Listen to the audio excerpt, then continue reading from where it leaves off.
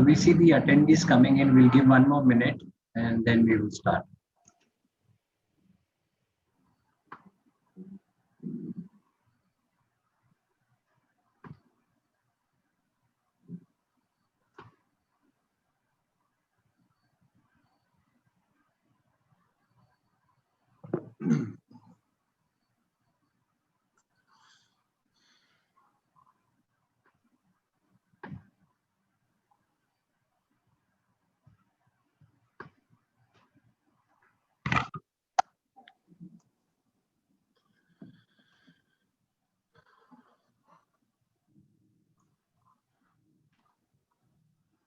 Okay.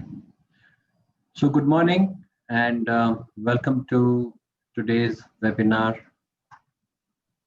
on the Netherlands, a gateway to Europe. We have with us eminent panel members, and we really would like to first thank NFIA for this opportunity and for bringing up this topic and helping us with this webinar. It is really a great platform. And Arnoud, Swati, thank you again for giving us this opportunity at KNAV. So to welcome the panel and to introduce the panel members, we have Arnoud Bessling, and from NFIA. He's based in Mumbai, and he's in fact in Mumbai right now. And he will be talking on NFIA and its activities. And he's going to be covering that with a slides presentation. Then we have Carlos, who's going to cover on the business aspects and the opportunities. And then we have Gerard, who's going to cover on the assurance and a little bit on the regulatory side. After Gerard, Carlos and Gerard both are from KNAV HLG. HLG is a Dutch firm based on the outskirts of Amsterdam. Then we have Lawrence. Lawrence is going to cover from the legal side of it, and he's got some good insights on what one should really take care of. And then as two Indian companies who have got their experience in Netherlands with the Dutch people, we have Vidya, Sampath, and Varun Agarwal. Vidya is from TCS and Varun is from the Piramal group. Without doing much ado, I would want to hand over to Arnoud, and we will start the webinar. Arnoud, over to you. Thank you so much, Saumil. Let me also start with a quick round of thank yous. So also to you, Saumil, and KNAV. Thank you for co-organizing this event. Also, thank you for VBC Notarissen and HLG for joining us with their knowledge today. I'm also very pleased to see my friends and long-term investors in the Netherlands, TCS and the Piramal Group, both established in the Netherlands a long time ago and really contributing to the Dutch economy. So thank you so much. My name is Arnoud Bessling. I'm the head of the NFIA for India. And I think I'm very pleased to be here today to speak to you. It's quite a special week, to be honest. If we look around what is happening at the moment, we have the elections in the US a week away from us. We have a pandemic raging through Europe, in the Netherlands, but also in India at the moment. We have the Brexit negotiations coming to an end in the next couple of months. So all elements that create lots of uncertainty for businesses. And uncertainty is, to be honest, it's not good for business. And especially when companies are thinking about investing abroad, they look for a safe spot to be. They look for a political and economically stable environment to do their investments, because that's beneficial to their business. I work for the Netherlands Foreign Investment Agency, and maybe we can go to the first slide. We are representing the Netherlands, and if you look on this slide, for those who have been to the Netherlands or maybe want to go one day, this is the city of The Hague, and it's a wonderful place in the western part of the Netherlands. A brilliant combination between historical building and modern architecture. In front of you, you see basically the second chamber of the Netherlands. That's the Houses of Parliament of the Dutch. And in the middle, you see this little castle-like tower. That's actually the working spot of our Prime Minister. And you see it's getting dark, but his lights are still on to make sure that we come through this pandemic, and we keep on top of our game in the Netherlands. Maybe in the next slide, please. Next slide. So I work for the Netherlands Foreign Investment Agency. One back, please. We are the official IPA of the Netherlands. So we are the investment promotion agency, and we're part of the Ministry of Economic Affairs of the Netherlands. Basically what we do, we help foreign companies with investing abroad. It's basically our task to help any investor from all over the world to come to the Netherlands, establish themselves with an entity, and create high quality jobs. That's basically what we do. And we have a range, a large variety of services that we provide. We're not doing this alone. So companies always need to make use of service providers like KNAV. But we help them in the first part. We try to make it as easy as possible. We have been doing this for over 42 years, helped over at least 2,000 foreign entities to be set up in the Netherlands.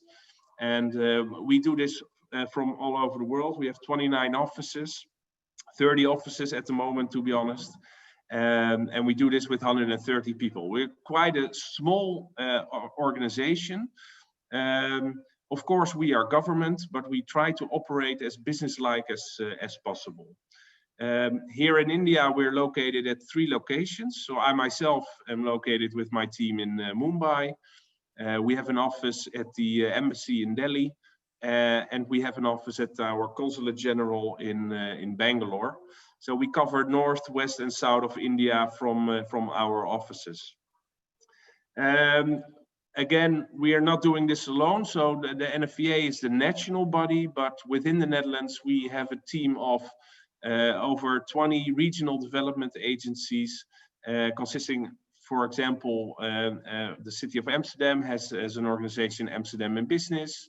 Rotterdam has an organization, Rotterdam in Partners. And as soon as you, as a company, start working in the Netherlands, you will be connected to those organizations, and they will introduce you into the local business climate. And we're very pleased to have such partners readily available to us. So this is a short, well, we're going a bit too quick. One more back. Our offices, once more, we're all over the world. If you look at investments coming to the Netherlands, 50% comes from the Americas, and the other 50% comes out of Asia. Whereas India is really one of our most important countries, target countries, where we proactively acquire companies to invest in Holland. Next slide, please. So it's always nice for me to explain to you how wonderful the Netherlands is, but you know, you have to experience yourself, but also it's far more nicer and reliable to hear it from people that already have invested in the Netherlands. And this is our colleague from Netflix. Netflix has a large operation in the city of Amsterdam, and basically he's talking about why they invested in the Netherlands. And he's saying Amsterdam is a nice cosmopolitan city without being overcrowded. It's a very nice work-life balance in the Netherlands, and it's a place where people would like to work. And I think that's key in this environment nowadays, that offices, entities, companies should establish themselves in places where people want to live and work. And that's what this David is saying to us. Next slide. Google is also one of our main investors in the Netherlands. They have large data centers in the north part. And this testimonial basically tells you about the high-end infrastructure. Some of you know perhaps that the transatlantic internet fiber cable from the US enters Europe through the Netherlands. And it basically means that it's a good, stable environment for data centers, for example, to establish themselves in the Netherlands.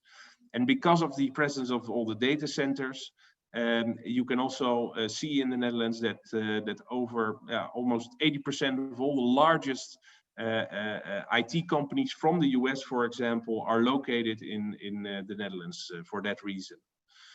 Next slide, please. So if I'm talking about investing in the Netherlands, and it's my job to basically sell the Netherlands, we always have 20 elements that are driving the investment decision makers. If a company looks abroad, they look at some elements, and I think the Netherlands is excelling in lots of them. First of all, we need to talk about the strategic location of the Netherlands. Being in the heartland of the Western Europe, within reach of a couple of hours, you have 95% of all the consumers in Europe at your feet. So that's one of the reasons why a lot of companies choose the Netherlands for their investment. We are well connected, so we have the port of Rotterdam, which handles almost most of the cargo entering Eastern or Western Europe. We have Schiphol Airport. As you all might have experienced, flights from Bangalore, flights from Delhi, flights from Mumbai, directly into Amsterdam. Yeah, not at the moment, but hopefully anytime soon again. Yes. I think the Netherlands in general has a very attractive international business climate. You see that a lot of Indians are always looking traditionally to the UK or to Germany. Some of their decision making is based on some emotional decision making. So you can imagine you went on holiday in Spain, you had a great experience, you met some nice people, and you think that's a good place to invest in. We always say, please look at the facts. Try to set the emotions aside, even in this crazy time, and look at the sheer facts. Why would you now invest in the UK with all the uncertainty? That's a question I ask a lot of companies at the moment. Of course, it's a huge client base, but on the other hand, you have to be also on the European side, and I think that's where the Netherlands come in. It's easy doing business. We're very competitive, and I will show you some graphs later on. I think living in the Netherlands, most of the Indian companies that I speak to, most of the Indian expats that live in the Netherlands, they actually don't want to go back to India. I love India, so I have it the other way around, but they really enjoy living in the Netherlands. It's a high quality environment for families. It's a place where people want to live, and that's already what I've mentioned. You need highly skilled, productive, and a multilingual workforce to be able to do business internationally, and I think the Netherlands offers that.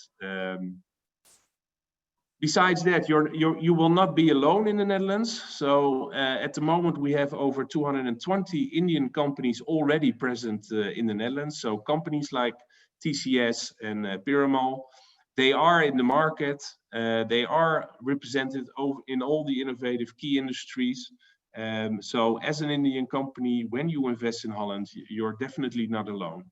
Oh, my computer is doing something weird. Yeah, last but not least, and I think something will be said by one of our other speakers today, we have a very competitive fiscal climate. And I think, you know, it's part of doing business. And I think when you come to the Netherlands, you will be confronted with a very cooperative government. Basically meaning that our tax authority is not evil. They would like to work with companies. They are business minded, and they look along with you while you're doing business. And the same goes, for example, to our custom organization, our custom agency. They think along with companies. So if you're exporting your products to the Netherlands, it is not seen as a barrier, but it's basically really seen as a nice adjective to the business climate. Next slide, please. So this is what I've already mentioned. We're in the heart of Europe. You can drive 10 hours by car. You're in Berlin. You can visit your clients. You drive another 10 hours. You're in Milan. You can actually also do business on a bicycle. You can drive on the bicycle to your clients within Amsterdam, for example. But it's all very compact, and being in the middle basically gives you access to all the clients you need. 95% of all the consumers are based in a 1,000-kilometer radius. Next slide, please. So again, yeah, it's nice that I am saying things, but this is a chart where 6 or 5 different authorities did research on the competitiveness of countries. And as you can see, within Europe, you can see the Netherlands proudly on the 2nd place. It's maybe something to take a look at later, but every year there are so many research being done on happiness, competitiveness, logistics, etc. This is a sort of summary. And as you can see, we're on top of the chart when it comes to Europe. And we're very proud of this. This is also one of the elements that we are actively working on every year to make the competitiveness of our country even better. And I think the Indian companies that are present already are really contributing to that. Next slide. Here again, worldwide ranking, IMD. Well, as you can see, this is competitiveness, Singapore, Denmark, Switzerland, the Netherlands, I think, and Hong Kong. I think that's a very nice top 5. The Netherlands is in the middle of that 4 years now. So together with Denmark and Switzerland, we're leading the countries within Europe when it comes to competitiveness. Next slide, please. So this quality of life, I already mentioned it. Dutch people or people living in the Netherlands give themselves a 7.4. And for those who know the Dutch, we're always complaining. So we're always complaining about the weather. We're always complaining about the food. But we are very happy. And that comes because of the high quality of our educational system, but also our healthcare system. Very relevant at this moment, of course. It's all very well organized in the Netherlands. And you have wonderful cities like The Hague, Eindhoven, Amsterdam, and Rotterdam. And I think for foreigners, normally you always say the Netherlands, oh, Amsterdam, fantastic place.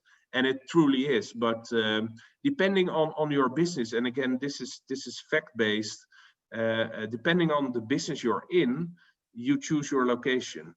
For example, do you make a lot of use of airplanes? Do you fly a lot for your business? Go to Amsterdam. Are you making use of the port of Rotterdam? Do you need warehousing? You know, choose Rotterdam for a location. And every location has its own benefits. Are you a high-tech company? Go to Eindhoven. Are you in need of engineers? You know, go to Eindhoven. Are you food related? Go to Wageningen. So there's more than Amsterdam alone. Again, wonderful city, absolutely. Most of, I think 80% of the companies actually go to Amsterdam. because it's really practical with the airport, and it's a fantastic city. But please look further than your emotions. Yeah, we're happy. Sixth happiest people on the planet. That's amazing. Yeah. What can I say about that? I'm very happy. Next slide, please. So quality of life worldwide. Again, we're leading the charge together with the other wonderful countries in Europe. I think in general, the quality of life in Europe is exceptionally high. So next slide. Yeah, so again, you need to be in a place where you have your skilled labor. So a lot of decisions are being made. For example, if you decide to move to a country only because they have the lowest corporate tax rate, sure, it's possible. But when you need people that are going to work for you in that country, you need to be in a place where you can find it. And within Europe, you see Ireland and the Netherlands are leading the charge here. In the Netherlands, most people are bilingual. 95% speak English. And I've even seen charts that we surpass the UK on this, which is very odd, but yeah, it can be true, of course. But skilled labor force is there in the Netherlands. We have top universities, top students, a lot of Indian students now move to the Netherlands to study there, and they actually stay there to work there. So it's a good environment for finding proper employees. Next slide. Again, yeah, this is attracting, retaining. You know, Ireland, the Netherlands, leading the charge. Yeah, you need employees, and they're there. They're there in the Netherlands. Language skills. Well, you see, we're doing really well. This is about the business climate, and again, as I already mentioned, the Dutch authorities try to think along with the businesses.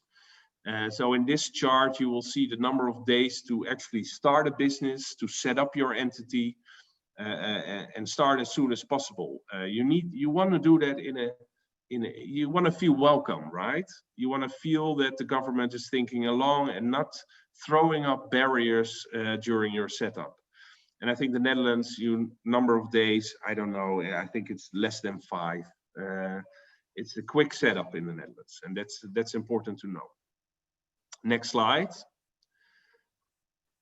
Yeah, also reassuring that the fact of ease of doing business. We're not fond of procedures. So of course there are procedures in the Netherlands which you should follow, and I always advise you to make use of good advisors to do so. But it's easy to set up in the Netherlands, and there are few procedures to follow, which is very handy. If you compare it to Germany, for example, it's far more bureaucratic. It's far more far more rules to comply with. And I think in the Netherlands, it's a quick setup. You can do business very quickly in the Netherlands. Next slide. Yeah, last but not least, you also have to pay taxes in the Netherlands. That's unfortunate. Even I have to do that, but we are very competitive. And if you look at some of the elements, I'm not going into it today, but maybe one of my colleagues will highlight it in the next presentations. But we have some elements within our system that again prove that we want to think along. We're not there to bully you. We really have an orange carpet, even when it comes to governmental services. Give you quick examples. We have a 30% ruling for expats that want to come to the Netherlands to work. Their income tax is lowered with 30% before taxes. So that's interesting. We have a VAT deferment system where basically you keep your money in your pocket until you have to ship your goods out of the Netherlands. All those typical small size elements within our tax system make it really competitive. And well, if you look at the chart, Switzerland and Hungary, both very low in corporate tax rate. But I urge you really, when it comes to taxes, look at the whole package. There are so many small rules within a tax system. We are competitive in a very positive way. So we're not slashing our corporate tax rates. Now we keep it realistic, and that's I think what you get when you do business in the Netherlands. It's realistic, it's stable, and it's just easy to do business there. Next slide. All right, so this is already my last slide. Again, what we can do for you, we are here in India. We are your first step when it comes to your thoughts of investing in Europe. We inform you. We like to make comparisons to other countries. We like to think along with you to find the right place for you to be in Europe. Of course, we favor the Netherlands, but if it's not the Netherlands, you know, we are honestly to say that to you. We connect you once you're in the Netherlands. We organize fact-finding trips. So if you're convinced that you want to go to the Netherlands, we organize your trip.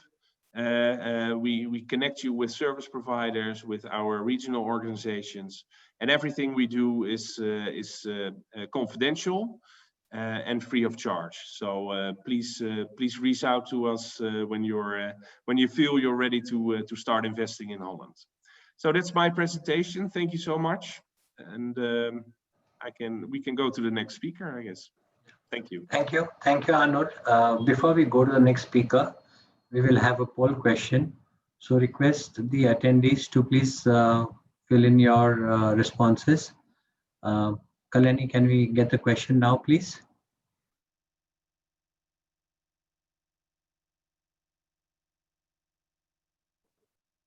Request the attendees to please give your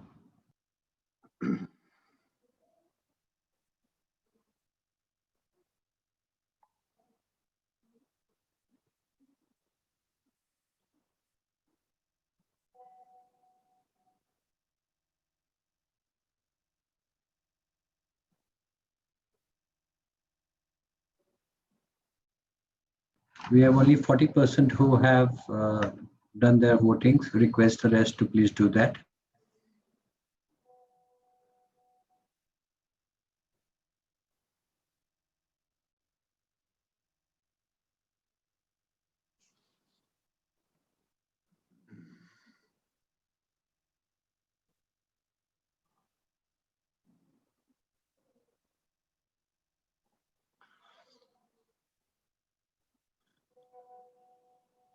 Thank you for your responses. We will now move to our next speaker. We have Carlos from KNAV and HLG. Carlos is going to talk about the business opportunities in the Netherlands. Carlos, over to you. You're on mute, Carlos. Good day, everyone. My name is Carlos Apapoe. I'm one of the partners of HLG, which is an accounting firm in the Netherlands, but also one of the partners of HLG KNAV, which is a joint venture between KNAV and HLG in the Netherlands. What I will be talking about, I will make it more practical, because as the previous speaker was saying, you know, he elaborated, you know, all the opportunities in the Netherlands and also the orange carpet of doing business in the Netherlands. But we, as you know, the people on the ground, talking to entrepreneurs, sponsors, promoters, etc. I will take you, you know, alongside the road that you have to take when you come into the Netherlands. First one, in general, I will tell you about, you know, the highlights. Then secondly, I will tell you something about the blue envelope, which is a really, really important thing in the Netherlands.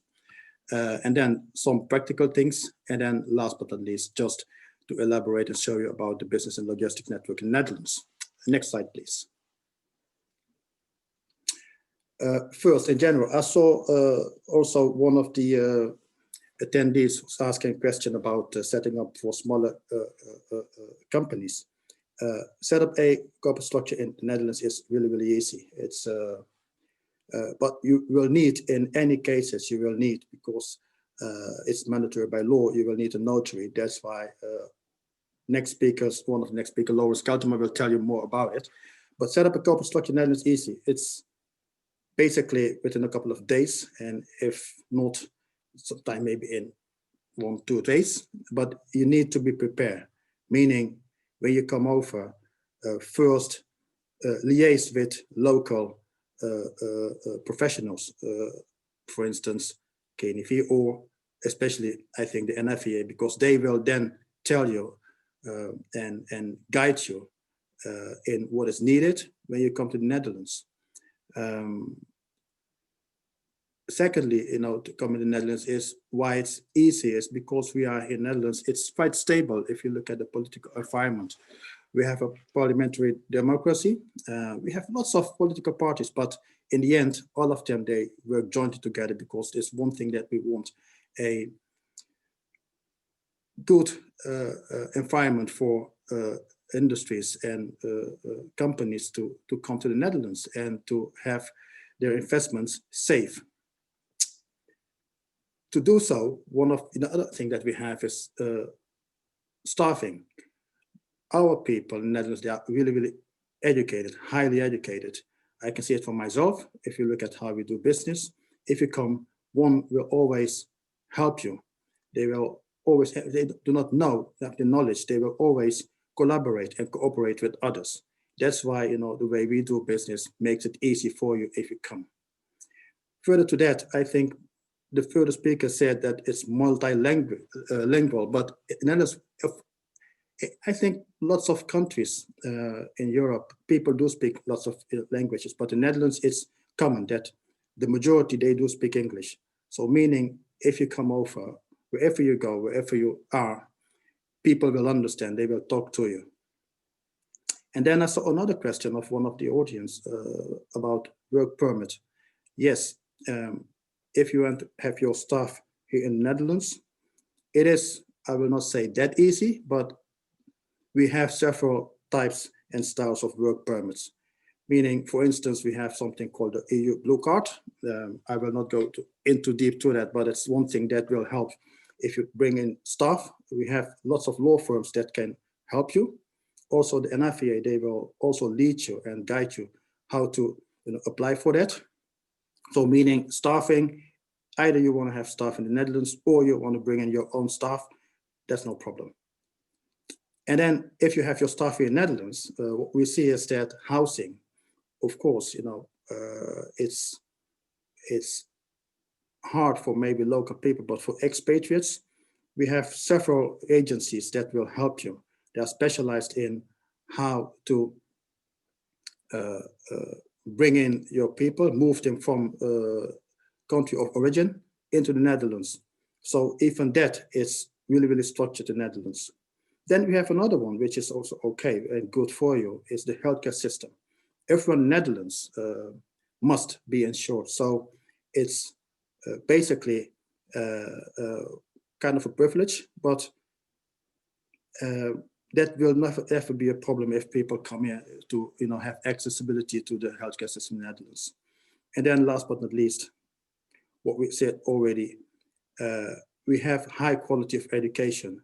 For instance, if you come in, people come in, they have kids. You can choose, either you bring your kids to kindergarten or you keep them at home, or you can look for international schools, which are here as well. You don't necessarily need to put them into the public school in the Netherlands, but also choose kind of schools, and also with several backgrounds. For instance, we have Catholics, we have Jewish schools, we have Islamic schools. So the Netherlands is like a melting pot of different types of people and cultures, and we do obey everything, all backgrounds of people that want to live and work in the Netherlands. Next slide, please. Then the blue envelope. I think this is one that will be really important and exciting for lots of entrepreneurs coming to the Netherlands. In my 22 years of experience working in this industry, I've learned that your best friend, whenever you start or do business in the Netherlands, is the Dutch tax and custom administrations. They are your best friend because, of course, you'll have to file returns, you'll have to meet deadlines, but if you know how they do operate and the allowances that they have and the benefits, then that will make life easy for you. For instance, if we look at more in ways of business, then we have in the Netherlands a really competitive income tax rates for corporates. It goes down from 16 up to 25%. And the first bracket, there are brackets up to 200,000 euros, you pay 16.5%. And beyond that, you will pay 25%. And we know that the government, but unfortunately we have the pandemic. Everywhere, funds are needed.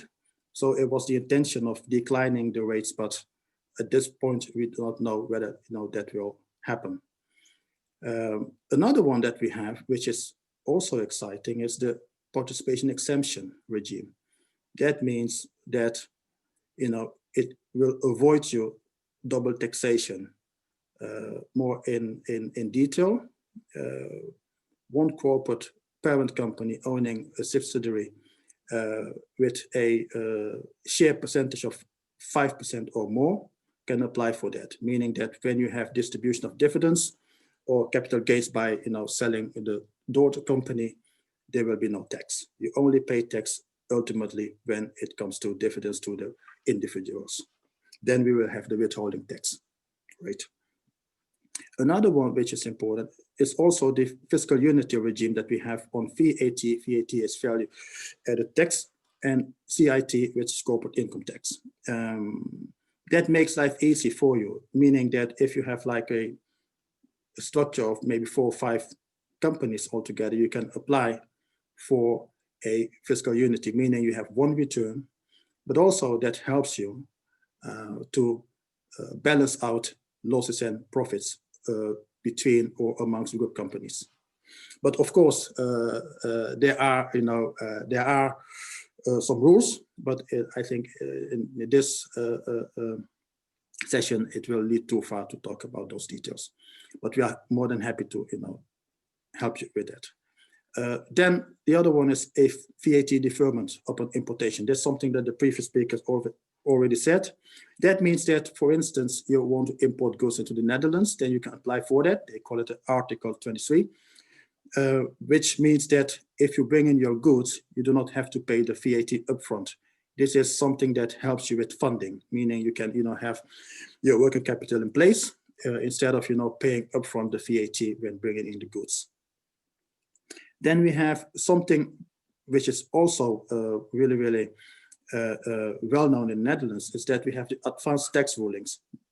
This means that before you come to the Netherlands, you can reach out to the tax authorities and discuss with them about your business and ask them what kind of benefits or how you can work with optimizing, for instance, your corporate tax rates.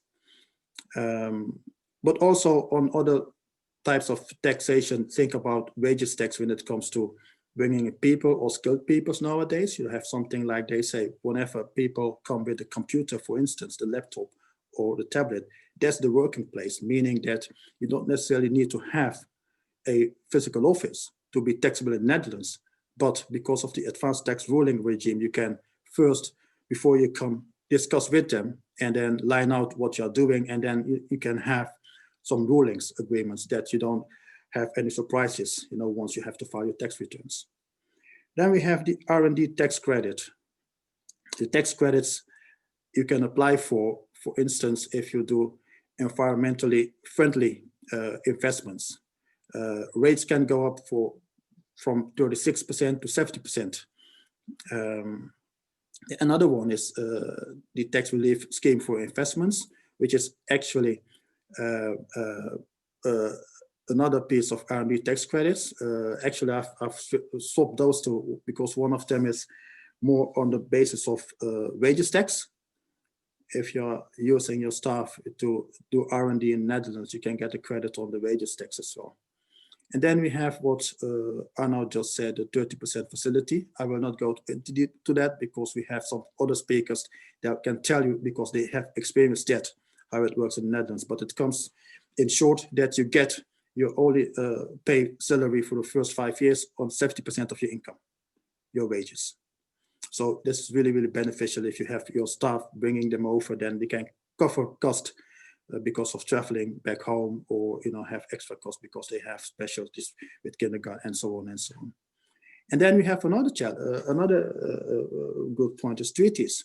I was talking about the participation exemption, for instance, because the Netherlands have a wide network of treaties with, I think it should be over 100 countries, meaning that we have access to lots of tax policies and regimes all over. And if we align in a proper way, that can save you, in the end, a lot of taxes across the globe. And then, yes, the blue envelope is your best friend. And why we say that? Because I have experience in several countries in Europe, because I do work a lot cross-border, that the Netherlands is one, maybe if not the only place where the tax inspectors, they will come to you, they will come to your office, they will talk to you, they will look for solutions, not just applying rules. They will help you, and that's why I'm saying they are your best friends. But you need to know how to approach them, how to talk to them, and of course there are deadlines, there are rules. Obey them. And once you do that, you will find out. Next slide, please. In practice, oh, by the way, I forgot about, because I saw one question from someone asking about tax rates on income tax. Today, it's 37 and a bit percent up to 68,000 euros annually. And beyond that, you pay 95% income tax. That was one question of the audience. In practice, the first steps. Yeah, when you come and you want to set up a corporate structure, you will need a notary. It's civil law, because everything, all corporate structures, corporate bodies needs to be created by means of a deed of incorporation, and that's the notary. Civil law is the one to do that. The other one is that do your homework, liaise with counterpartners back in the country of origin in India, but also when you come, liaise also with a service provider. There are many of them, but do not do it by your own. That is our experience. That will avoid you. It looks like it's easy. It is easy, but saving cost, meaning investment upfront. Then we have something else.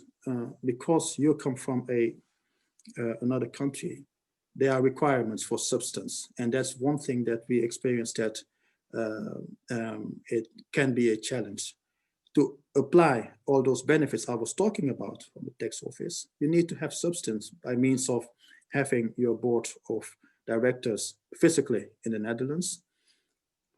And another one is you'll need to have a domiciliation. That means that you need to have a home address for your company. Of course, we know about those mailbox companies, but I'm talking about a real operating company or holding company that's in the Netherlands.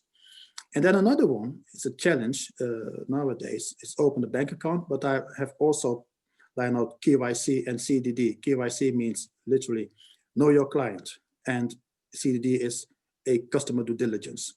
We as professionals, we need to do that. Also the bankers, they will do that. If you come to the Netherlands, they will have to know about you. And about you means not you only as an individual, but your company and your corporate structure back home. How have you organized? How have you set it up? And do you have any exotic by means of, if you are looking for tax havens or the structure on top of it, are in countries that are black gray listed in Europe, meaning that they have a tax regime where you do not pay tax, that can be a trouble. But also we need to know if people are either engaged politically and so on and so on. So the bank account I've lined out because nowadays what we experience, and to be honest, of course, Netherlands is a great place to be, but if you do not have a bank account, you cannot trade. And nowadays, the bank account is a really, really hard one to get. That's why first we need to understand the structure. And then we have another complicated one, which is maybe not complicated, but something new. The UBO register, meaning UBO is the ultimate beneficial owner, meaning the private individuals on top of the structure. But the notary will tell you more about it. And when it comes to compliance in practice, that's actually that the books of accounts, but also filing your tax returns on time. That's why we believe that liaise upfront with professionals, they will guide you and they will keep you from, all those hurdles. Next slide, please. Next slide, please. And finally, actually, this means no more saying because Arnoud already told you about it, the greatness of the port of Rotterdam, Schiphol Airport, which is a hub, wherever you want to go in this world, jump into Schiphol Airport, the world is yours. Public transport. In Netherlands, we have a good, really good network of public transport by buses, trains, subways in the bigger cities, but also even taxis. So wherever you want to go, Netherlands is a small country, but wherever you want to go, we have transportation facilities for you. Even in connection with Europe, train system with the UK is, I think this week they started with it, a direct line to the UK by train, but unfortunately because of the pandemic, it was empty, the trains. And then we have the data centers like Arnoud already said, Google is here. They are in the north of the Netherlands. Amsterdam is a melting pot, a great place where lots of those kind of companies operate. Yes, the transatlantic fiberglass was already said. So internet connectivity is the Netherlands. It covers everything.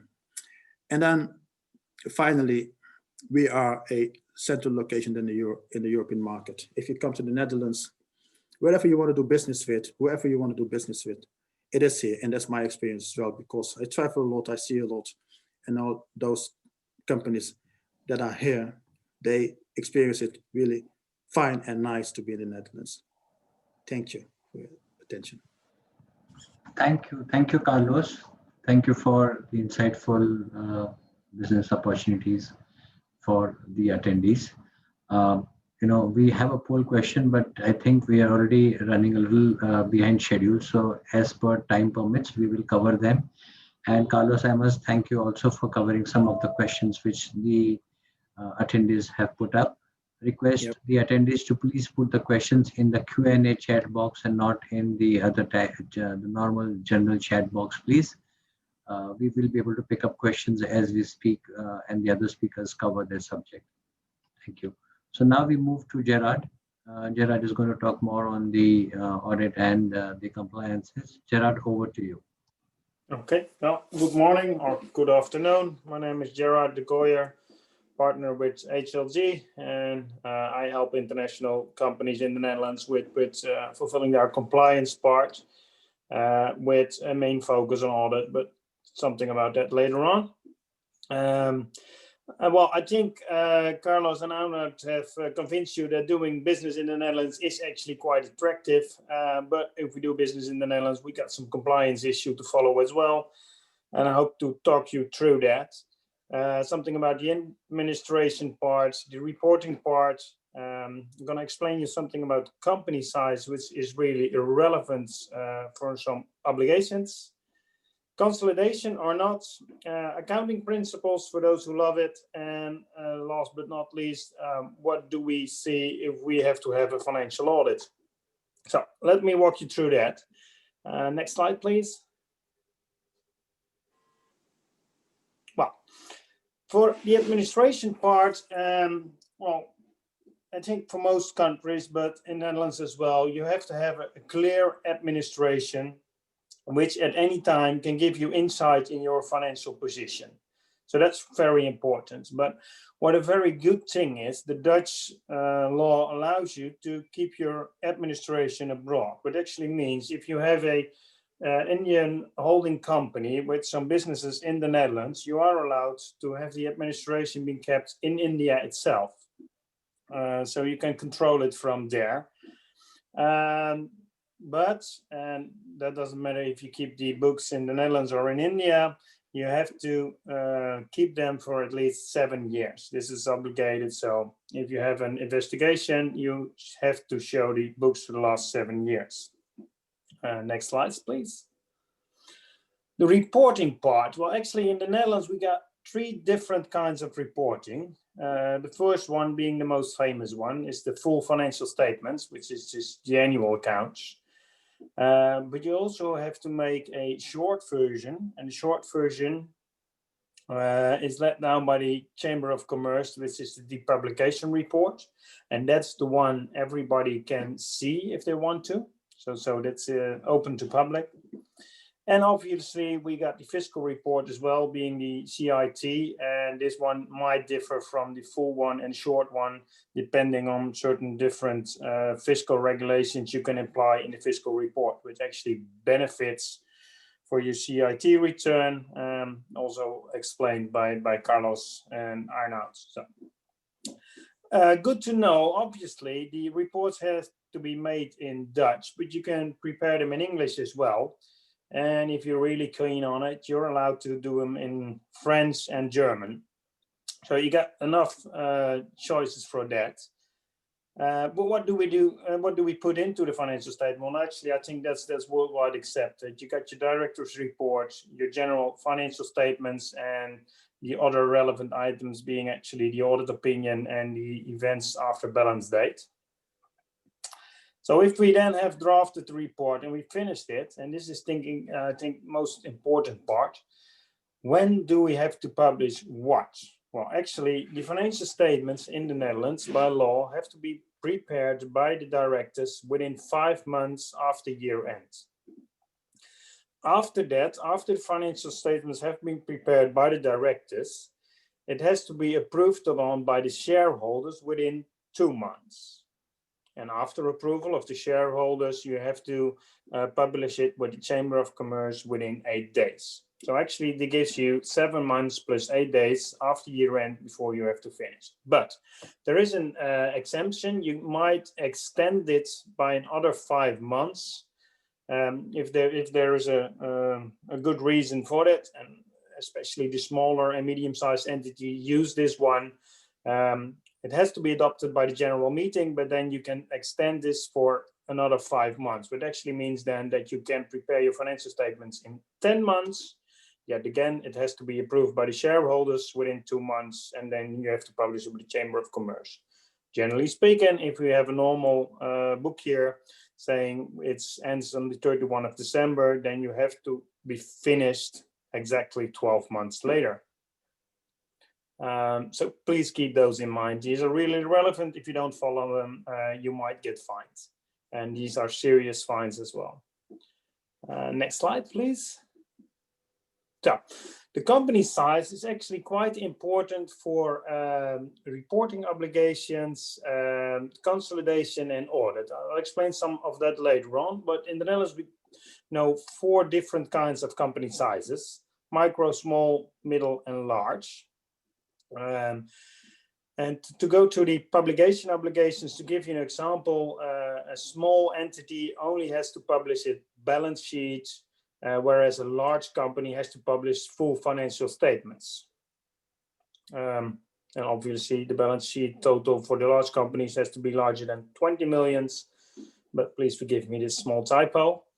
But if a company fulfills 2 out of 3 requirements in 2 successful years, then they go into a next company size if they stay in the company size. This actually means If I have a balance sheet somewhere about 15 million euros, my revenue is about 35 million euros, and I got 100 people on the payroll, that means I'm a middle-sized entity and I have to follow these regulations. Seems complex, it isn't, and it's very helpful to see if you do have to do the consolidation or not. Might there be any questions? I'll look at the Q&A later on and see if I can help you on that part. But talking about the consolidation, next slide, please. And that's why it's very important to know what kind of size of company you have, because only the medium and large sized companies are obligated to perform a consolidation. Now, why is that important? Medium and large sized companies are also obligated to have an audit performed, which will be my next slide, but let's stick to this one for a minute. As we all know, a consolidation and audit are both really time consuming and budget consuming. So if you can avoid those, that would be very helpful. Therefore, and this is a very good part of the Dutch regulations, we get the 408 exemption. Actually meaning, if you are consolidated a medium or large size company, you can avoid the obligated consolidation and therefore the obligated audits if you make sure that you are consolidated in a higher entity. And this is a really important part. So if we want to use the 408 exemption, saying that we don't have to consolidate an audit, we have to be included in the higher entity. Obviously, general accounting principles and the consolidated statements of the higher entity has to be published with the Chamber of Commerce in the Netherlands. And it has to be done within 6 months after the local date of the financial statement. So if you want to avoid consolidation in the Netherlands, yes, there is a possibility, but you have to remember that you then have to publish the holding company, being in India or somewhere else, but that financial statement has to be published in the Netherlands. Okay, something about the accounting principles. Obviously, we got our own Dutch general accounting principles, but also allowed are all IFRSs, being European IFRS or the international IFRS, but these are allowed as a accounting principle in the Netherlands. Many similarities on that part. Luckily, I think about 90% between Dutch GAAP and IFRS is similar. There are though some relevant differences. IFRS, financial instruments, revenue from contracts with customers, leases, employee benefits. And as far as US GAAP concerned, we have a difference with pension accounting. So if you're doing business in the Netherlands and you want to apply IFRS or Dutch GAAP, please keep in mind there are some differences. What I see a lot actually is that we have companies in the Netherlands who want to report according to IFRS because the mother company in India or somewhere else is using IFRS. What you normally do is you stick with the Dutch GAAP, but you make a special reporting pack based on IFRS. The reason for that actually is that if you do report according to IFRS in the Netherlands, you got all the extra notes in it as well. And the easiest way would be then just follow Dutch GAAP and prepare a reporting pack in IFRS for consolidation on the holding company. What we got left, the financial audit. Like I said, medium-sized and large-sized entities are obligated to have a financial audit, as anywhere else in the world. Good to know that actually in the Netherlands, we got a high focus of our overseeing bodies, being the AFM and the NBA. The AFM is actually the overseeing body for all financial services, being the notary, banks, assurance companies, but obviously also auditing and accounting firms. And whereas the NBA is the overseeing body, especially for the auditors and accounting ones. In Netherlands, and I think we're quite special in that one, we actually have two kind of different auditors, being the RA and the AA. The RA is the equivalent of the CPA, but we have the AA accountants as well. Actually, these are specialized in SME entities and the advisory on that part, but some of them might have a audit license as well. If I might advise you, and you need an auditor in the Netherlands, stick with the RA, because those are educated, especially for the larger companies. We perform in the Netherlands the audit risk-based, which then we have a lot of focus on risk, but also on the IT environments. Obviously, being the Netherlands quite a high-tech IT environment. We also focus on completeness of revenue. For some countries, that's a little bit different because not all the countries tend to focus on that one too much. As I discovered doing group audits, we also have to evaluate the work done by the component auditors, and revenue is not everywhere in the world a focus point, but in the Netherlands, it definitely is. And we also have to look, not a focus point, at fraud possibilities. Most important part for the audit actually is bear in mind that if you're doing business in the Netherlands and you need an auditor, we tend to play, not only tend, but we are obligated to play the Champions League. So you will get a really high qualified audit on that part. And might there be any questions, like I said, being this my last slide, but please put them in the Q&A and I will answer them directly or afterwards, after the session. I thank you all. Thank you, Gerard, and thank you for doing this. We will skip this polling question, Kalyani. We will now move to Lawrence to cover the corporate law aspects. We are only running a short of time, so I would request if you can take the Q&A section questions towards the end of the webinar. Thank you. Yes, thank you very much. Good afternoon. My name is Laurens Kelterman. I'm a civil law notary in Amsterdam, the Netherlands. My firm specializes in corporate law matters and international transactions, such as setting up the businesses for foreign incorporators, or having share transfers, having cross-border mergers, etc. The next about 10 minutes, I will tell you about some of the corporate law aspects of doing business through a Dutch law governed structure. And from your perspective as a foreign entrepreneur or a foreign investor, I think Dutch corporate law provides for 3 suitable forms of legal entities. One being the private limited liability company, which is the Dutch BV. Second, the public limited liability company, it's the NV, and third being the cooperative. All 3 being legal entities and therefore able to assume liability, enter into agreements, etc. on its own behalf. So not on behalf of the owners or on behalf of the board members. And as a rule, not taking into account any exemptions, the owners of the entity nor its board members can be held liable for obligations entered into by a Dutch BV, NV, or cooperative. Well, let us have a quick peek at the legal entities right now. Starting with the BV, the most common legal entity in the Netherlands is the Dutch BV.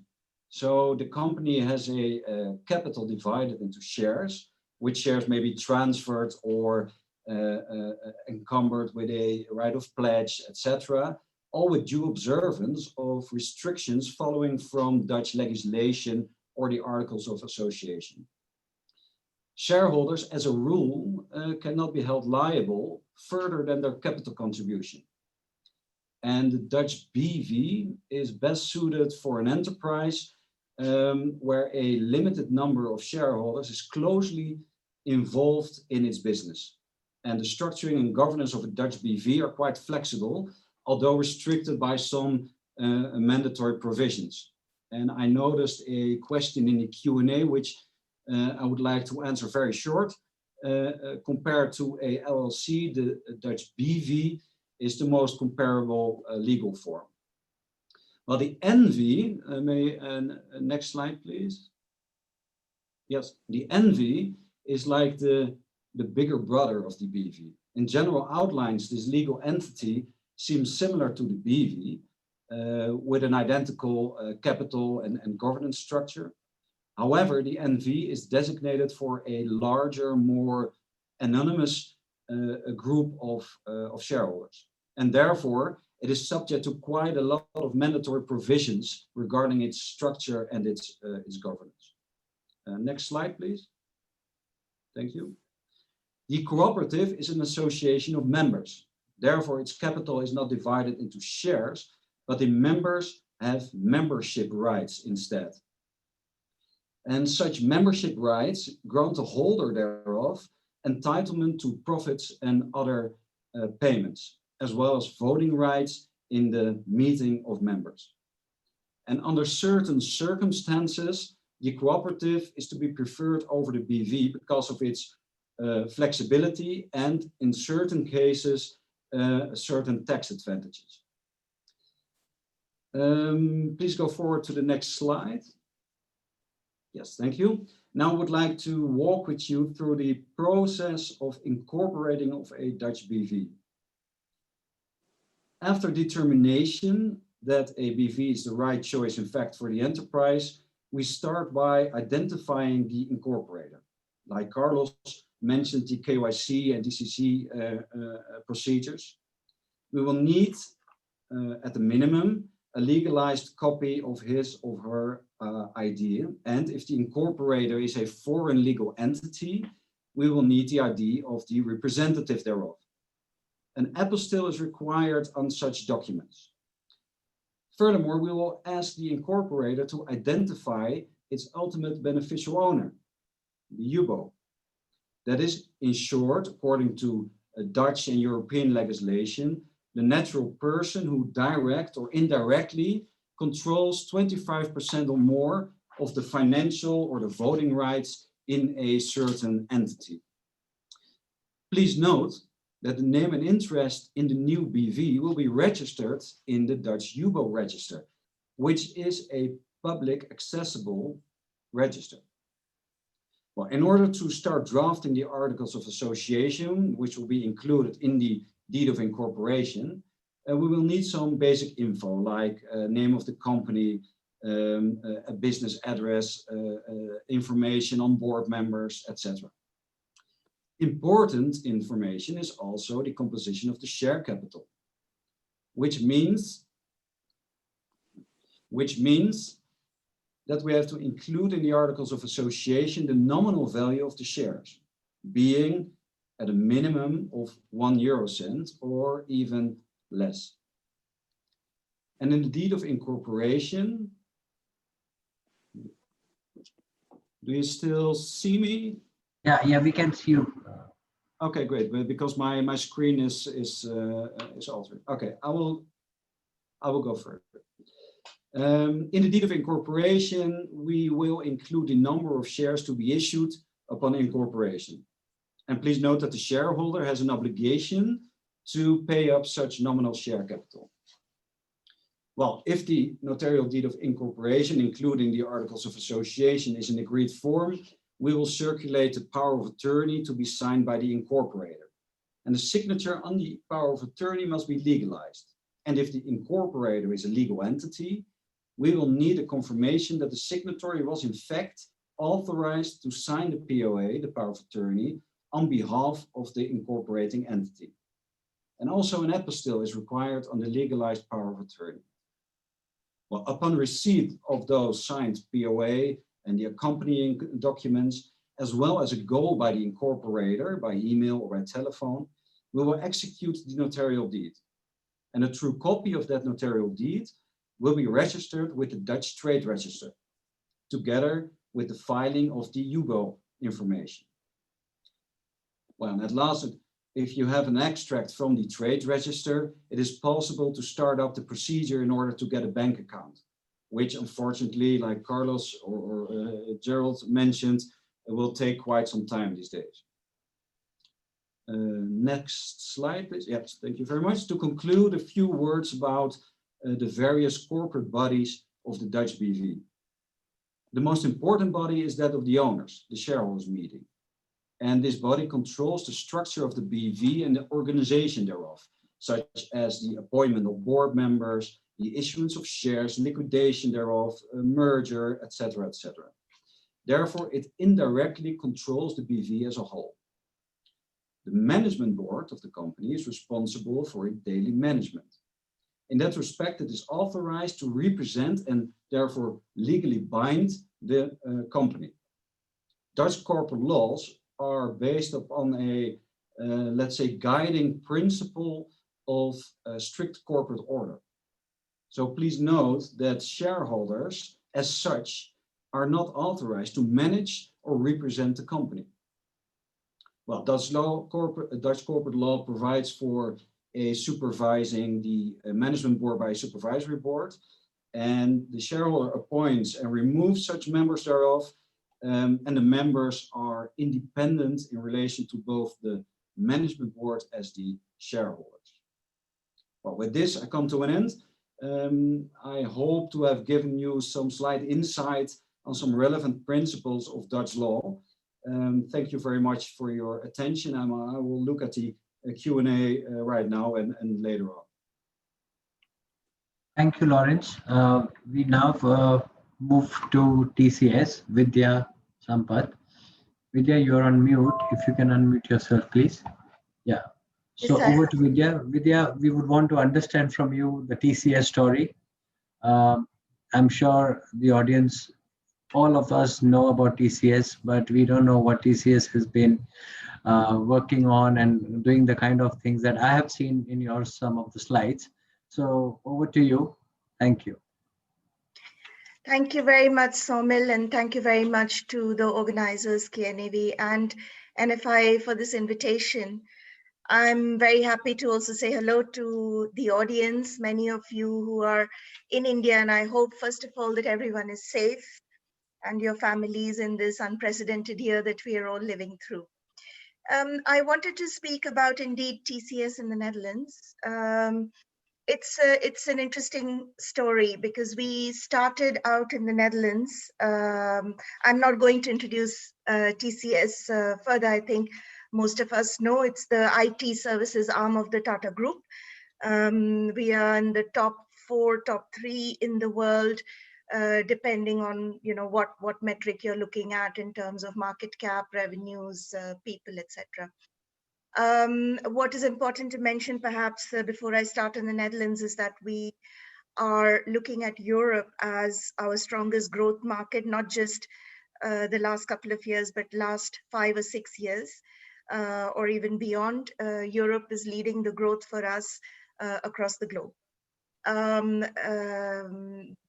That having said that, the Netherlands is a big part of that growth. This was the case also when in the early years when we started out in the Netherlands. We were at that point in time based in the UK for historical reasons, etc. And when we made the jump, say, to the European continent, there was a very clear decision to choose for the Netherlands. I will come to those reasons a bit later. Today, we work with a large number of major brands in the Netherlands, covering a number of sectors, which is mentioned on the slide. We work with household names, and I'm especially proud to mention that during the pandemic, we've been, along with our partners, responsible for keeping the lights on and the doors open, literally, for many of the services here in the Netherlands. Next slide, please. Next slide, please. Thank you. So as I mentioned, we started out in 1992. Why did we choose for the Netherlands? We feel that the Netherlands was and remains still today an open economy, offering us plenty of resources in terms of language skills, highly educated people that we need in our business. It's an international city with a large expat community supporting each other. One of the things I'd like to mention is that it has, of course, an incredibly good logistics infrastructure, which is of great importance for us.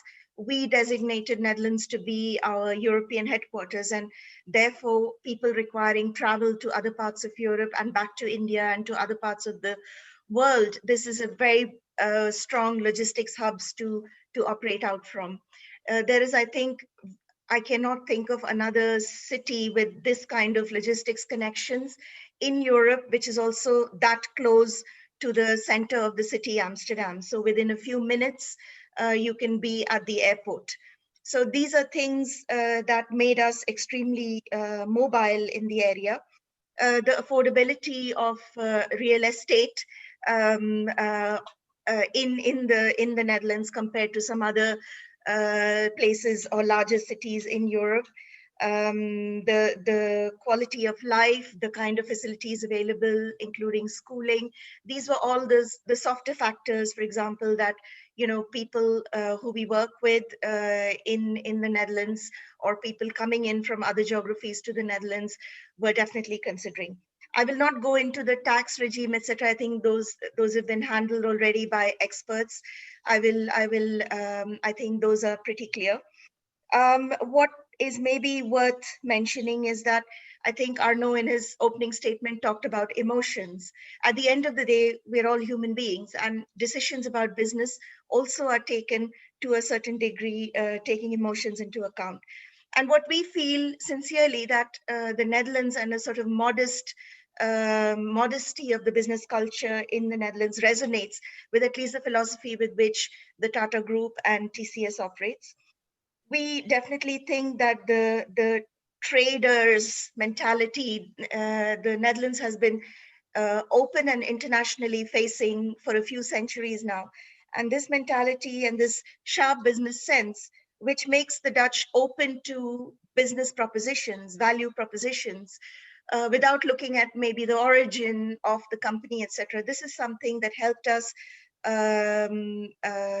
secure one of the largest deals in continental Europe, in the Netherlands, which was essentially the beginning of our enormous and exponential growth across Europe. So we feel that the Netherlands has been the gateway to us in Europe, but also has been the catalyst for our growth across the continent.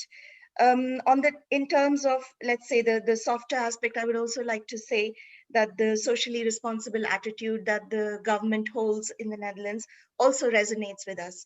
Besides this, with a slightly different hat on, I represent Tata Consultancy Services, of course, as their head of corporate affairs for Europe, but I'm also very proud to be part of organizations in Europe, like the Netherlands-India Chamber of Commerce, which is supporting the Netherlands-India Business Corridor, companies that are coming to the Netherlands to do business, to set up collaborations, etc.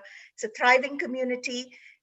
We've just finished our annual summit in which over 250 companies participated, both from India as well as from the Netherlands, where the two ambassadors spoke, and a large number of companies, including a big focus on the smaller companies. Rightly, I think the question has been raised in the Q&A, what about the smaller companies? It's not just about the large corporates. So these are sort of organizations, apart from other organizations, which are supporting actively the India-Netherlands business community, if you like.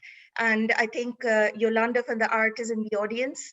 I saw a question from her. She represents Amsterdam in Business, which is your I think resource desk, if you like, and a very good one. They have been also for us in all these years, connecting us to the government, connecting us to policies, listening to us and responding to us incredibly fast and incredibly efficiently. So like Amsterdam, there is Netherlands in Business, which represents and helps businesses such as ours. Last but not least, I think the social community of let's say Indians, of India interested Dutch people and other expats is extremely strong and vibrant. I'll just go to the next slide now and quickly complete. So our growth story has been very good. I cannot say otherwise. We are thriving. And I would not hesitate to say that it's a great place for any business to start off in. So much so that we have decided to make a large investment this year, something called Passport Amsterdam, which is a innovation hub. So we have passports across the world in Singapore, in Tokyo, in New York, etc. So this is an innovation hub where we try out proof of concepts on behalf of our clients. This will also work with the larger community, the ecosystem of startups and academic institutions, and also government initiatives in the area of IT innovation. So we're very proud to say that our investment in the Netherlands continues, also with the launch of Passport this year in Amsterdam, actually. If we go to the next slide. Can we go to the next slide, please? Finally, I would actually like to finish my story by talking a little bit about our community engagement. So some of you may know TCS supports marathons across the globe. We feel that this is fitness and well-being is extremely important, not the least for IT people who are all the time sitting behind the computer. But across the board, we know now also with COVID how important that is. And TCS has chosen to support running because it's the most low threshold kind of sport that you can think of. Just put on a pair of shoes and start running.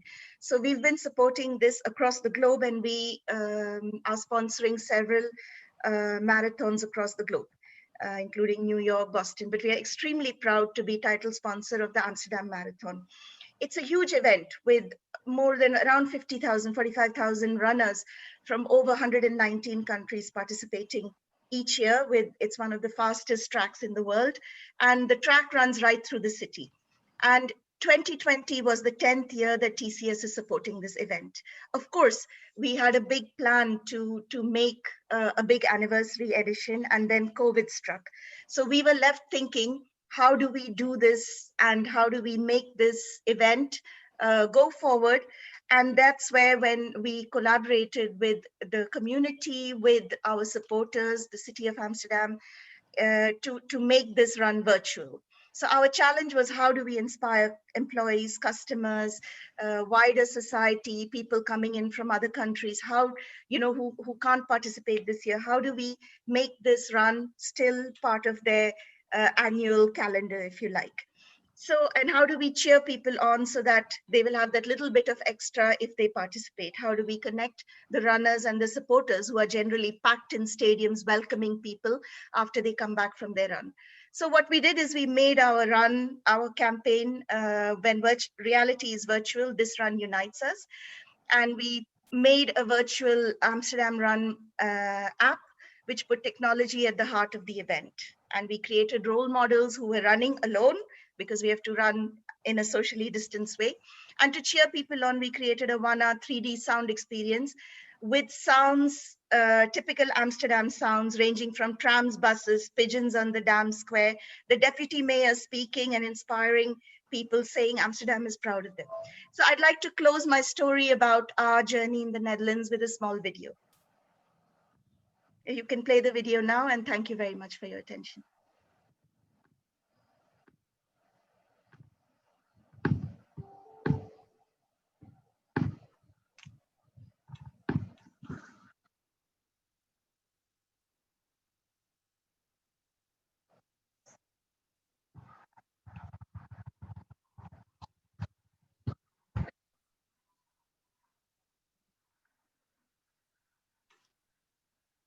I'm afraid I don't hear the audio, but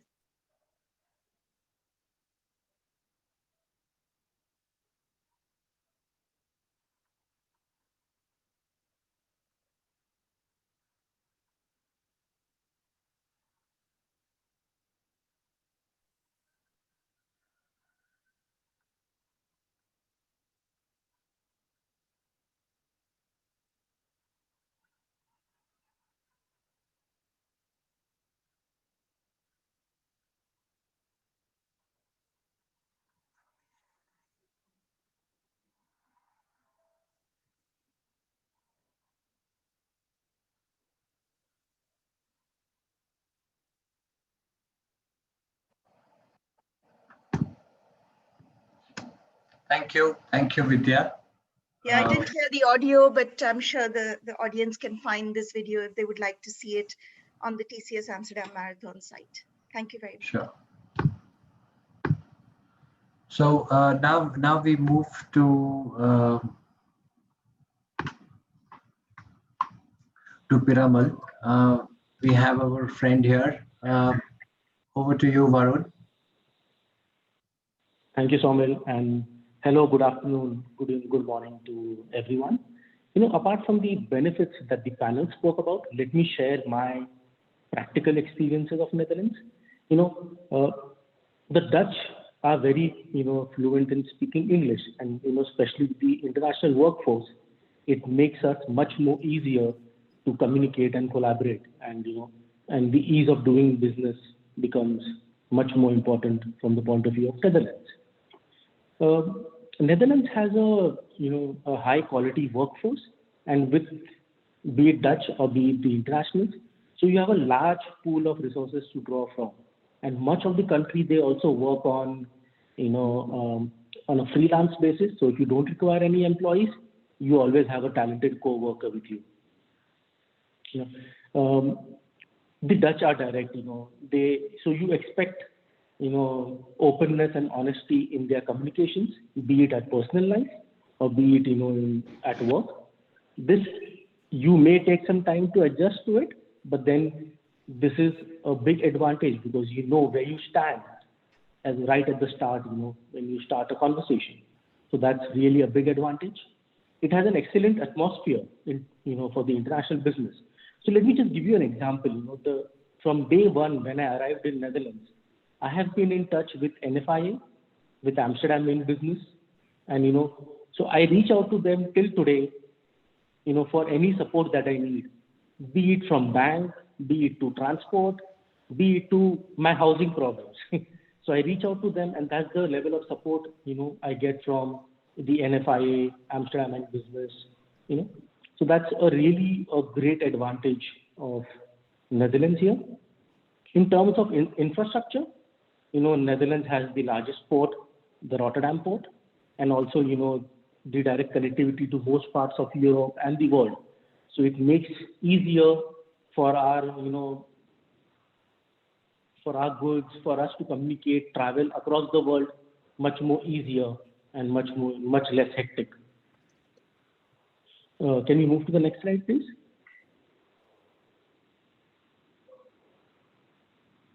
Yeah. So, apart from the ease of doing business, my personal life experience in Netherlands is, with majority of the population speaking English, it made me and my family settle, into Netherlands very quickly. And be in terms of shopping, be in terms of communicating with neighbors, presence of the international English schools, universities, this really helps us a lot. And Netherlands, they have a list and they outrank the world, in most of the parameters. And what I like about is the work-life balance. They place much more of a value on family time and the leisure activities. So I have started a routine here where I start in early in the morning and finish off my day early so I can spend more time with my family. So that's really an advantage. The Dutch law, it favors employees and employees feel much more secure. One of the best things to experience when you are in an unfamiliar environment is friendly people. Fortunately, the Dutch people are open, welcoming, and don't hesitate to engage when you're walking on the street. So you can strike up a conversation with a complete stranger on the bus, and this actually we integrate into the society much more easier and helps us to settle in Netherlands. So that's a very big advantage in terms of the social life in Netherlands. The Dutch pension system and the healthcare facilities are top class. I have experienced them over the past 2-3 years and I have no complaints. Netherlands is not a really large country to travel around, and with its connectivity across Europe, that's a extra motive that you have to come to Netherlands. cycling. So cycling is, definitely popular across Europe, but then in Netherlands it's part of a culture, wherein you will see people cycling even in the rain with their child on the back. So and you get used to it. I'm used to it now. So if I have to travel a few miles, I travel by cycle, which also keeps me healthy. And this is my favorite point, 30% tax ruling. Only 70% of my income is taxed. So this helps me to settle into Netherlands, to cover my extra territorial cost. And also, it helps me to ease into the tax structure and the expense structure which the Netherlands offers. And happy kids, this is my, the kids out here with the excellent schools, healthcare facilities, these things, they really help our kids to, integrate into the society. Can we move on to the next slide, please? Yeah. So with Netherlands, I've seen a lot of people here, especially the Dutch, are organized, don't mess with their agenda and don't show up unannounced, because this is something they don't like. And, wasting of time, being late is something that, really is not a part of the Dutch culture. And I have learned that in a good way, and I have, been organized now. Apart from that, normal, don't litter, don't ask personal or intimate questions on the dress, appearance, or weight. These things are, yes, it's not to be done. Yeah, and you see, these are my experiences of living in Netherlands. I have tried to summarize it only in the top part. Please feel free to ask me any questions. I'll reply to them later. Thank you, Saumil, and thank you, everyone.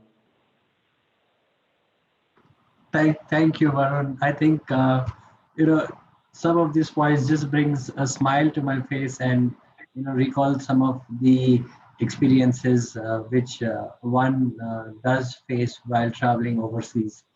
I do agree with you about, the cycling bit. My family also got influenced on this cycling and the Dutch kind of cycling, just because we had a Dutch friend here, and he's influenced all of us to go on to cycling. So yes, Dutch people do influence a lot of cycling, even in this city here in Mumbai, and they are always, very conscious of those. So thank you. I would like to thank again all the panelists. Before we end, I know we have already overshot our time. I would want to thank again everyone, but I just want to answer a couple of things which people have been putting on the Q&A. We don't have enough time to answer all the Q&A, but what we will do, I know my colleagues Carlos, Gerard have replied to some of them, but what we are going to do is we are going to sum up this Q&A and share it with you all with the answers to your questions. In case you have any further questions, you can always come back to us and we can connect you with the speakers. Otherwise, we have the speaker email IDs here. You can make a note of it and you can write to them also directly to get answers to some of your questions.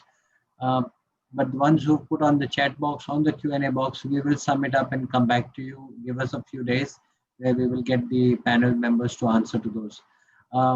I would now want to hand over to Arnoud for the concluding remarks, and then we can close the webinar. Over to Arnoud. Arnoud, you're on mute. I was already thanking everybody. Thank you so much, everybody, for joining today. And I have to admit, I took a little bit more time than I usually take, but it happens when you are enthusiastic about something, right? And I think we gave you lots of practical information today. And I again would like to thank all the speakers, but also Vidya and the Piramal group for their testimonial. I think again, we can all say it's easy. We can all say how fantastic the Netherlands is, but eventually it's the people that experienced it that can tell the truth. And I hope we got the picture clear for you today. Again, if you have any question, please reach out to us. We try to make it as easy as possible for everybody. Small size, large size, we try to engage in talks with you to see if we all can help you with your adventures and in venturing out of India. So thank you again. I hope everybody stays safe, and we hope to see you next time, or see your emails or calls. Thank you so much, everybody. Back to you, Saumil. Thank you, Arnoud, Swati, great. Thank you, Vidya and Varun, for your testimonials. You really covered a lot of it in a short while. And Vidya, apologies for the video, but I will share the link with the participants, so that they can go and check it out. Carlos, Gerard, Lawrence, thank you again for your insights. Your, we had to rush up your slides, but I hope you've given them a fair bit of food for thought for the next couple of weeks or months to think about Netherlands, and reach out to you for their opportunities, their plans for this region. So thank you again, and feel free to connect with us. We will be in touch with you, and we will share the slides as well as the video recording link as well with the participants. So thank you. Stay safe, stay healthy, and we'll be in touch. Thank you.